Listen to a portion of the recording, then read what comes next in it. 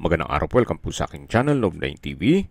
Patalasasan po, meron po ba kayong mga properties na napapabayaan or non-performing assets? Plan nyo ibenta, pero wala kayong oras sa pagbenta nito. Kung ito'y pagkakatiwala nyo po sa amin, tawag lang po kayo sa aking numero, usap po tayo, gawin ko po ng video for free. Yes, libre po, wala po kayong babayaran. Tutulungan pa namin kayong mabenta ang inyong property. Kami na po bala sa marketing, sa boosting or paid ads. Even sa tripping, hindi na po kayo mapapagod sa pag-entertain ng mga buyers. Kami na po bala sa lahat. Tawag lang po kayo. Nandito po tayo ngayon sa Lian, Batangas kung saan meron po tayong bagong video presentation. Isang residential farm property na may lot area na 5,000 square meters or kalahating hektarya po ito. Meron pong bahay na 2-story. May floor area na 200 square meters more or less.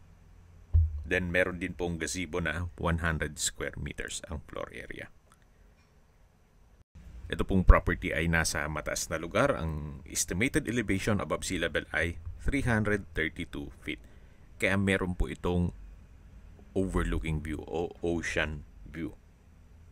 At dito po sa paligid ay meron pong mga fruit-bearing trees gaya ng langka, bayabas, makopa, nyog, saging, sampalok, at may ilang tanim din po ng singkamas. May access na rin po dito ng tubig, kuryente at internet provider dito sa area. Gawa ng marami na rin pong mga kabahayan at ito po'y along Barangay Road. Kaya accessible din po ito ng public transportation. Mula po sa highway, 1.8 kilometers lang po. Actually, kung ganahan kayong maglakad, pwede naman pong lakarin papunta dito sa property. Tungkol sa dokumento, ito'y titulado, buhay po ang may-ari, kaya wala po kayong maging problema sa documentation o sa transfer ng title. May transformer na rin po pala. Kaya kahit malaking load ng kuryente ang gamitin, ay kayang-kaya po.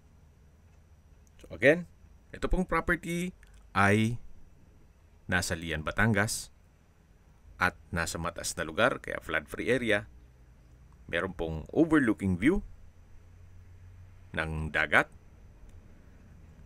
at meron din mga fruit-bearing trees sa palibot nito.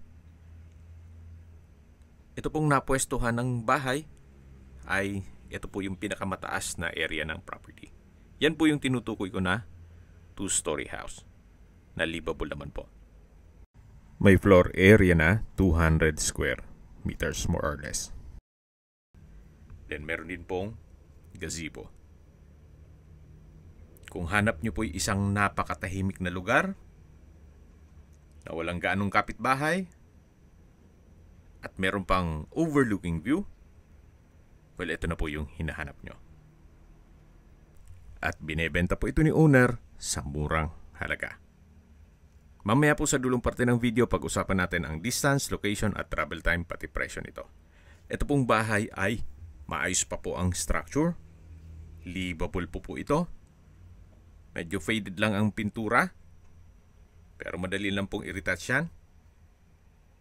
Maganda rin pong i-restore na lang ito kaysa magpagawa kayo ng panibagong buong bahay. Sa mahal po ng construction cost gaya ng labor at materials, malaki-laki din po ang uubusin dito sa ganito kalaking bahay. Log house design na rin po ito. At dito naman po yung balkonahe. Mula po dito sa balkonahe, napakaganda ng tanawin. Yan po yung dagat ng Lian. Mula po dito sa property, 10 minutes drive lang po or wala pa. Napakalapit lang po niyan. Balik ulit tayo dito sa balkonahe. Hanggang dun po yan sa dulo. At ito naman po yung main door. Pasok po tayo. Meron po itong double high ceiling. At naka-brickstone design tong wall hanggang second floor. Ito pong hagdan ay naka-concrete staircase. At dito naman po yung dining area na napakalaki ng espasyo. At dito naman po yung dirty kitchen. Medyo palitin na po ang bubong dito sa area to. May kitchen countertop o tile kitchen countertop. Naka-tile flooring. At dito naman po yung stock room. Ito po yung dirty kitchen. Yan meron din pong access door.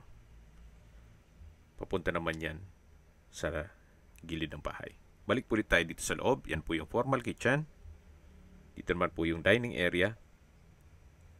At doon naman po yung living area. Ito naman po yung parang secret door na papunta naman sa common toilet and bath. Na meron pong water closet, hand wash basin, urinal. Sa dulo po ay may shower.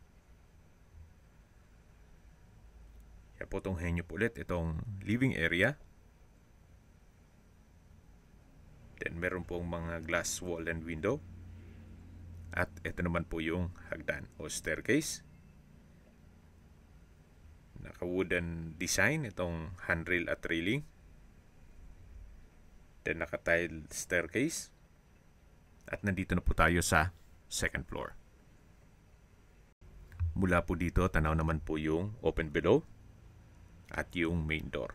Then yung living area.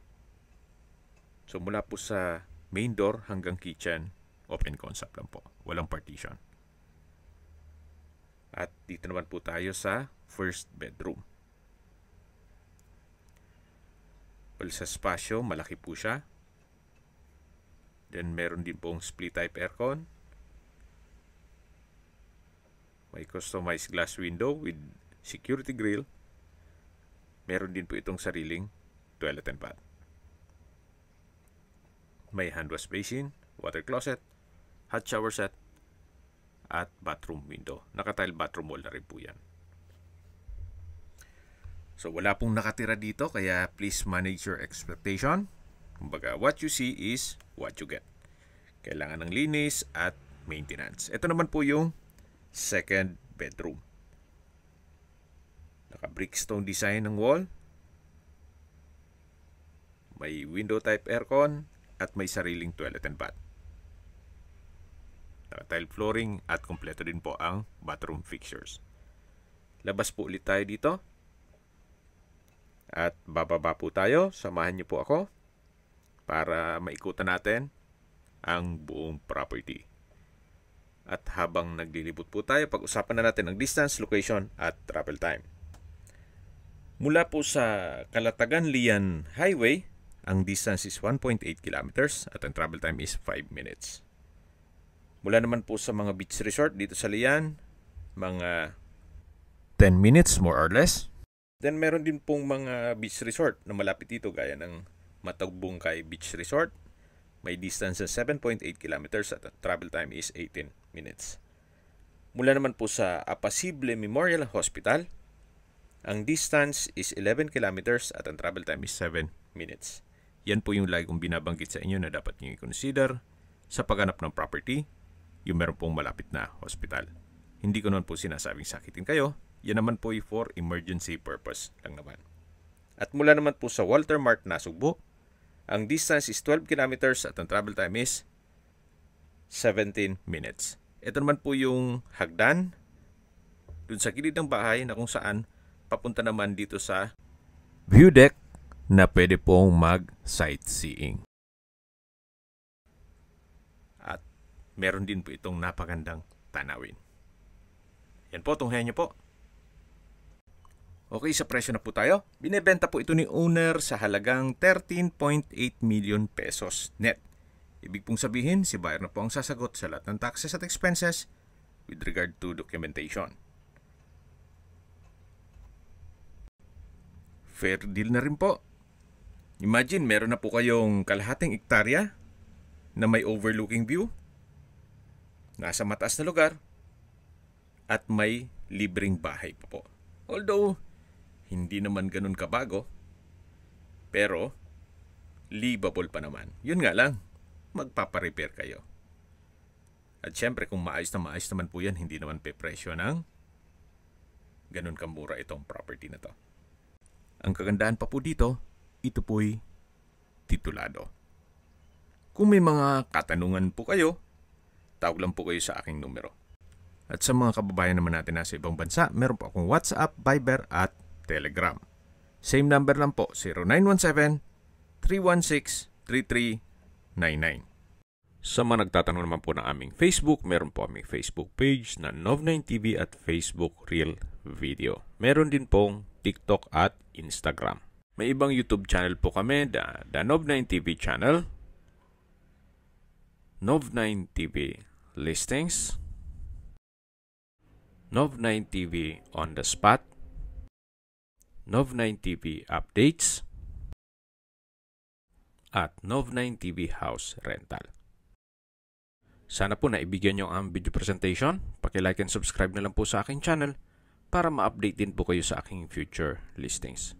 Kung sakali po hanap nyo yung mas malaking sukat ng lupa, meron din po kami ibang listings na pwede nyong pagpilian. Huwag po kayong mag-atubiling tumawag sa amin.